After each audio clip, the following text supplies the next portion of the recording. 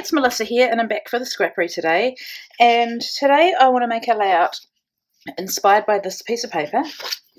It's called Radiant, so it's got, they like polka dots, but they're not even on that side. And this side has got these beautiful paint stripes.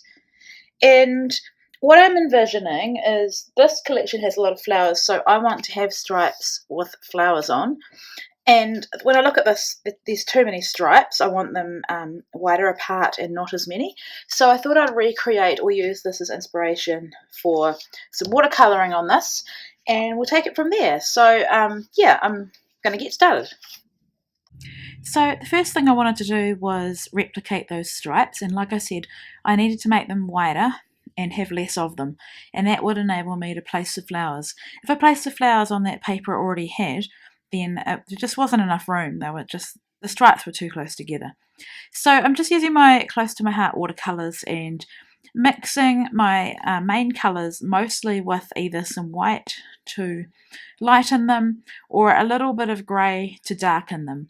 And I did have that striped paper next to me so I could match my colours, because I knew that because these kits are based on one collection, that these colours would match everything else in the kit. So I sped this up because it's not that exciting. It's still good to watch though, I think. I didn't overthink it. I probably overthought the colours, but I didn't overthink anything else. I was just checking the other orange shade to make sure it was going to match, and I either mix on the palette itself or on the little mixing trays above. So I did go back and make sure the two yellows were the same, and then probably the blue as well. So as it turned out, I only had one stripe of pink, and if I'd done this again, I'd probably make sure there was more than one pink, because pink was probably the most popular colour in all the embellishments. So then I wanted to add some splatters. I didn't want to do watercolour because I knew it would splatter everywhere. So that is a Mr. Huey's from Studio Calico, but all the others are Kaisercraft mists from past colour kits that we've had through the Scrappery. So I think the pink as well. So that's what I'm doing there, and I was a bit concerned because it was going everywhere, but it didn't matter. So here I'm going through the ephemera pack and just wanting to colour sort everything and pull out those main colours. So everything I'm not wanting, I'm putting on the right side there, and just putting my blues, yellows, oranges, pinks. I think that's the only colours I have, yellows. And there's some butterflies as well, and some feathers. I don't think I used the feathers, and so that's what I'm doing. And then I pulled out that frame. That frame is the same as the B side of that paper. And so now I'm also got these, sorry, I'm a bit distracted because my kids are in here. They're not meant to be in here. These vellum butterflies, leaves and flowers, and I am sticking them in piles, sorry. So here's the chipboard, and I'm going through there as well and pulling out some colours that I wanted. So the next thing I wanted to do was get the stencil that came in the colour kit, and Brielle just kissed my hand, which was lovely, and some moulding paste or texture paste. Now when this dries, it doesn't dry white, and if I'd known that, I would have added some white acrylic paint to it to make sure that it was white, but at this point I did think it was white, so I carried on. And I love how this adds some subtle texture. It doesn't look bad in the end, but it definitely adds some subtle texture to my page. And it also, I think it helps break up the horizontal lines as well. So just I sped this bit up as well because I wanted you to see the whole thing. Just getting it onto the page. Sorry about that. My kids come in and they write notes on a piece of paper to ask me questions, and then I can't answer them because I'm trying to do this voiceover, but they want me to answer still, so I just paused it for a sec. So I changed what photo I was going to use. If you're wondering why there's thread on the top of that photo, it's because I just had to test my sewing machine on a bit of the scrap. So I decided to go with this photo of Azaria. The other one was her as well, from when she was, I think, 4. But in this one, this is just taken this summer actually, so It's just her at our local lake at our favourite beach. There's a swing, and she was just sitting on the swing. I took a photo. So I love that photo because it goes really well, I think, with the tones of this layout, which is soft and pretty. So here I'm just laying everything out in the colours, and I'm trying to think whether I show you. I think I do show you the whole of this, sped up of course, but don't worry, I won't show you all of the gluing down because that really isn't exciting at all.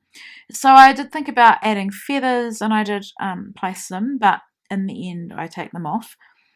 I've got that flare badge, which is blue, some words and bits of ephemera. So yeah, you can see this was my whole intention with this layout, was to colour match the mostly florals and some butterflies and leaves. Well, leaves are part of florals, but yeah, just colour match as I went. So I'm glad I knew where I wanted that photo to go and that I put it down. I haven't glued it, but I didn't want to waste anything, and so yeah, a good piece of advice is to place the photo where you want it, or you could use pencil just to outline. So here I am starting to glue. Now these vellum pieces, I found I could use my glue behind them, just a little dot. Most of them, I think all of them except maybe a couple of butterflies, are tucked in behind other pieces. And then I used some of my dimensionals just to pop up some of the cardstock ephemera. So I didn't pop up all of the cardstock ephemera. Some I glued. I think some I glued part of it and popped up the other half. And then I decided I need to put my frame onto some foam just because it was too flat otherwise. I liked adding dimension to my pages. And I went with double-sided tape to glue both sides of the foam. I find that's actually better. You can use glue, but if you're in a hurry like me, you want it instantly to be glued. So that's a little word of happiness from the ephemera pack, and that little banner says "Love this," I think. And so I love how that looks. I think I added dimensional adhesive behind the bottom of that as well. And I won't show you all of this. So it's coming together. Then I needed, I think, what colour was it? Orange.